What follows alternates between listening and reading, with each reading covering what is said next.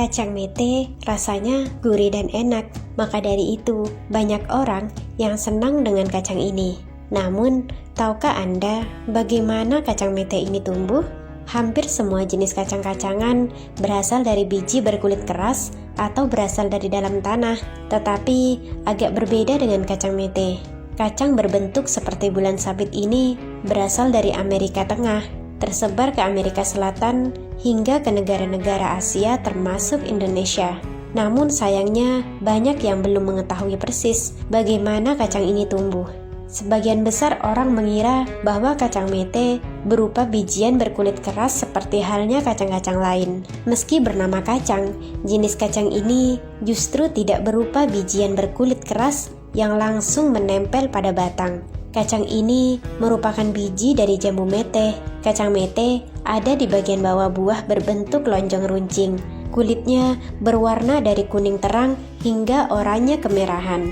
Tentu tak terbayangkan bagaimana panjangnya proses memanen buah jambu mete, kemudian mengambil biji kacang metenya. Biji kacang mete masih harus dijemur dan dikupas kulit kerasnya. Kacang ini berkulit keras yang mengandung anakardik asid dan kordol yang bisa merusak kulit saat kita mengupasnya. Karenanya, pekerja perkebunan kacang mete umumnya kulit tangannya rusak. Sementara jambu atau buah jambu metenya biasanya dibuang sebagai sisa produksi, padahal jambunya cukup empuk, juicy, dengan rasa asam segar sedikit menyengat dan sangat kaya akan vitamin C yang berperan sebagai antioksidan. Karenanya, kini jambu mete mulai dimanfaatkan untuk industri kosmetik dan minuman kesehatan. Biji kacang metenya sendiri merupakan sumber protein nabati yang baik.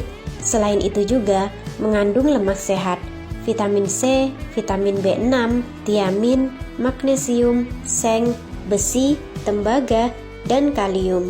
Mengkonsumsi kacang mete dikaitkan bisa mempengaruhi mood menjadi lebih baik.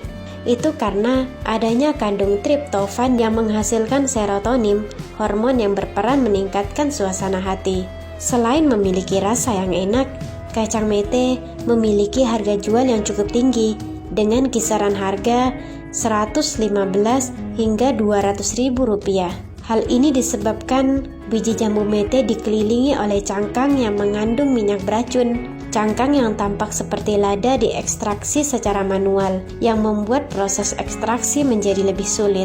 Oleh karena itu, kita tidak dapat sembarangan memakan kacang mete yang belum diolah dengan benar. Selain sebagai tanaman yang produktif, jambu mete ini juga bermanfaat sebagai tanaman penghijauan dan tanaman konservasi dalam rehabilitasi lahan kritis. Hasil utama dari jambu mete yaitu kacang mete dan minyak loka atau cairan kulit biji jambu mete serta daging buah jambu metenya. Kedua hasil yang disebutkan pertama diperoleh dari gelondongan mete yang merupakan buah aslinya. Kacang mete dapat dikonsumsi sebagai makanan kecil serta bahan baku pada industri makanan. Selain itu, kacang mete merupakan salah satu komoditi ekspor yang persyaratan mutunya telah ada pada standar perdagangan Indonesia. Untuk pengolahan kacang metenya sendiri dimulai dari pemilihan gelondongan atau buah jambu metenya. Lalu dilanjutkan dengan penjemuran, pengupasan, penyangaraian, pelepasan testa, proses sortir, penjemuran atau pengeringan, dan diakhiri dengan pengemasan. Untuk pengolahan jambu mete sebelum dikupas ada dua, yaitu bisa dengan penjemuran atau dengan pengukusan. Masalah utama dalam pengolahan jambu mete adalah saat pengupasan kulit jambunya. Bentuk jambunya umumnya memiliki bentuk tidak teratur serta kulitnya sangat liat. Selama ini, pengupasan jambu masih dilakukan secara manual dengan menggunakan kacip sederhana. Pengupasan menggunakan kacip sederhana belum dapat menghasilkan kacang yang bermutu baik. Persentase kacang yang pecah dan belah masih tinggi, sehingga kacang yang utuh hanya sedikit. Untuk tahapan perlakuan jambu sebelum dikupas diawali dengan pengeringan yang dilakukan hingga kadar airnya mencapai 5% dan lama pengeringan sekitar 1 hingga 2 hari. Pengeringan sendiri bisa dengan matahari atau dengan cara mekanis. Pengeringan dengan sinar matahari dilakukan hingga kulit arinya dapat dikelupas dengan tangan. Keuntungan dari pengeringan dengan matahari adalah kacang mete tidak gosong dan kualitasnya cukup baik. Kelemahannya, kacang mete dengan kadar air lebih dari 3% menjadi sangat rapuh. Sedangkan dengan cara mekanis dapat dilakukan pada suhu optimum 700 derajat Celcius selama 4 hingga 8 jam. Hasilnya kualitas baik dengan kadar air kurang lebih 3%. Setelah pengeringan, selanjutnya pengupasan kulit ari.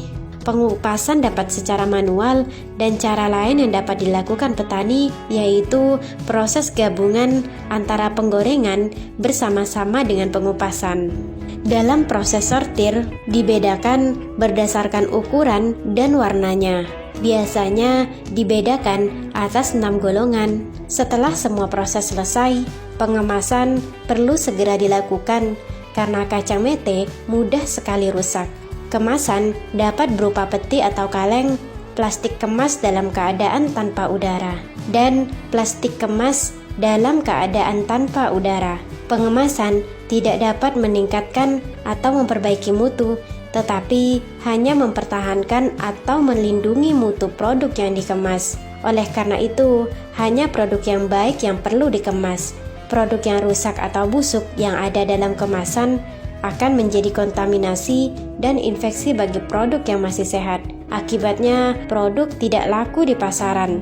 Untuk kacang mete yang diekspor, biasanya dalam bentuk mentah dengan kadar air antara 4 hingga 6% yang dikemas dalam kaleng hampa udara dan diisi dengan karbon dioksida.